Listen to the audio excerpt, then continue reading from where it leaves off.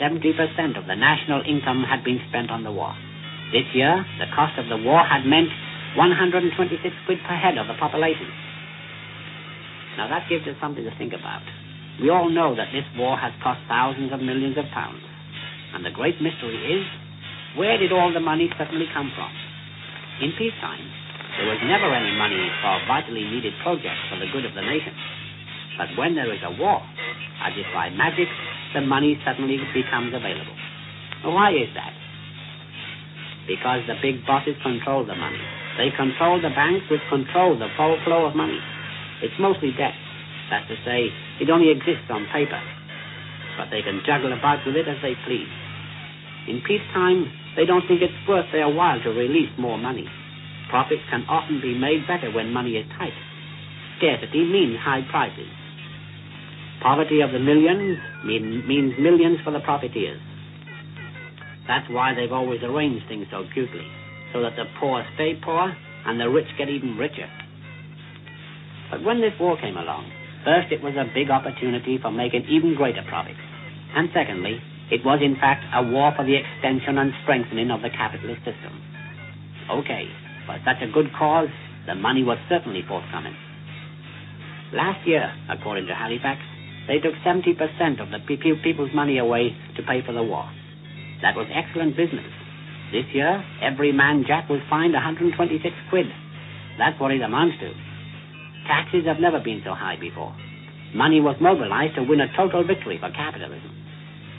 And now we've nearly won that victory.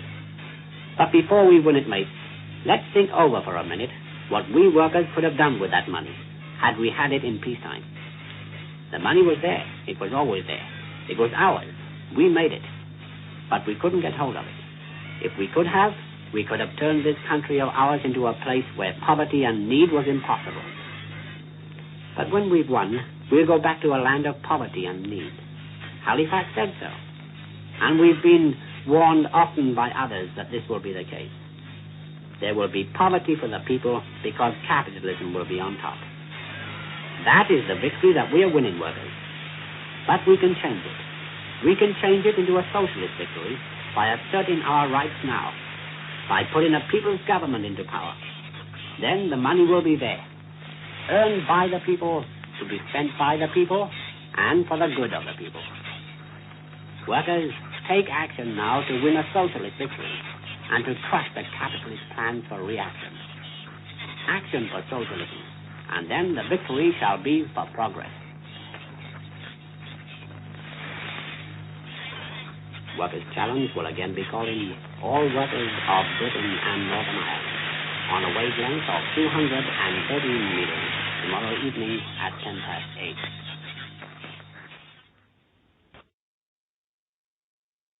To the microphone comes Edward Bowlby to speak to you on the Jewish problem. As in the case of Britain, but previous to this war even more so, the United States is completely under the Hebrew thumb. The so-called wise men of Washington, or brain trust of the president, are all Jews.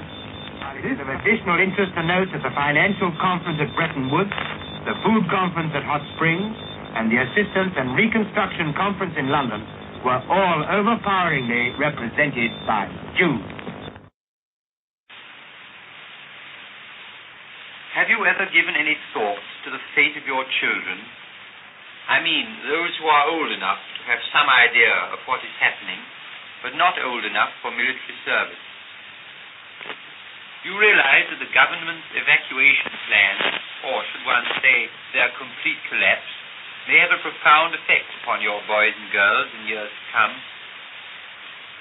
Do you remember how in the months before last September our people were lashed into a frenzy of neurosis by the ARP, so that when we declared war, even the Prime Minister thought it advisable to hide in a cellar for half an hour?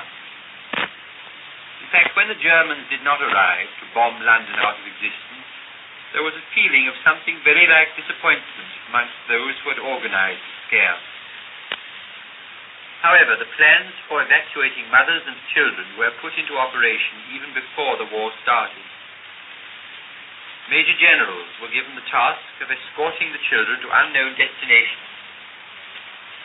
The disorganization and the chaos which set in would be very difficult to describe. But it is doubtful if in the whole history of muddle there's ever been such a classical example of confusion. Either through bad organization, through negligence, or through malice, the position of the children became such that they began returning independently to the cities from which they had come. For months, the whole system of education has been put out of action, and it is estimated that at present there are more than 400,000 school children without any instruction whatsoever. You are listening to the new British broadcasting station, operating on 5,925 kilocycles and on a wavelength of 50.63 meters. You will hear us again at 10:30 p.m. tomorrow.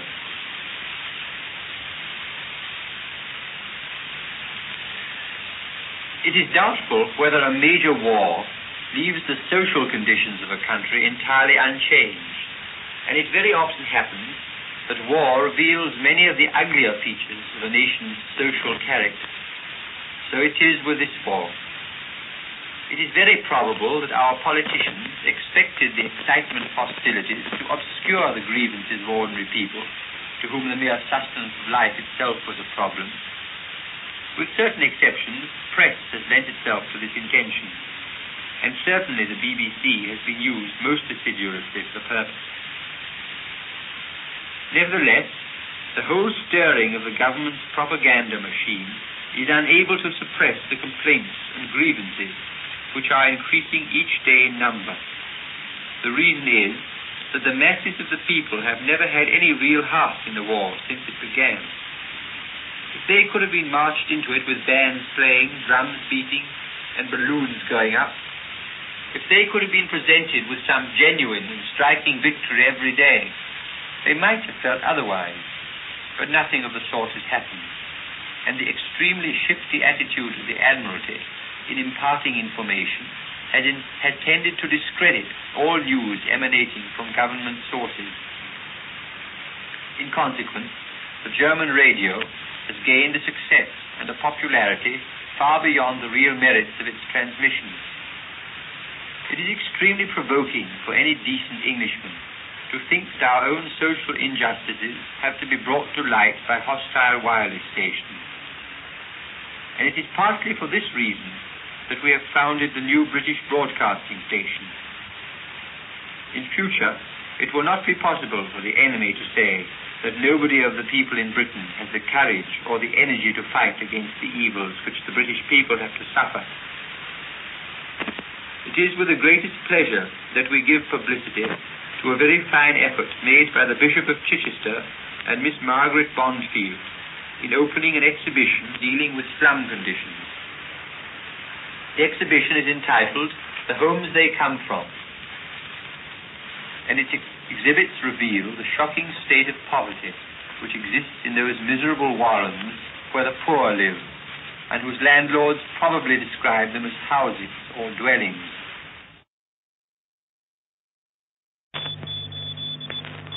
And before we conclude this program, here are some messages from British prisoners of war to their next of kin. The first one is from Private Thomas Smart, 293-2886. It's addressed to Mrs. T. Smart, 182 Overton Road, Kirkcaldy, Shropshire, Scotland. Dear Cathy, I was captured by the Germans and am now in Germany and am well, so do not worry. I will write and give my address as soon as possible. All my love, Thomas Smart. And this one comes from driver Jack Dawson, number 893390, RA. To Ma'am, Mrs. J. C. Dawson, on 60 Sinclair Road, South Chingford, London E4.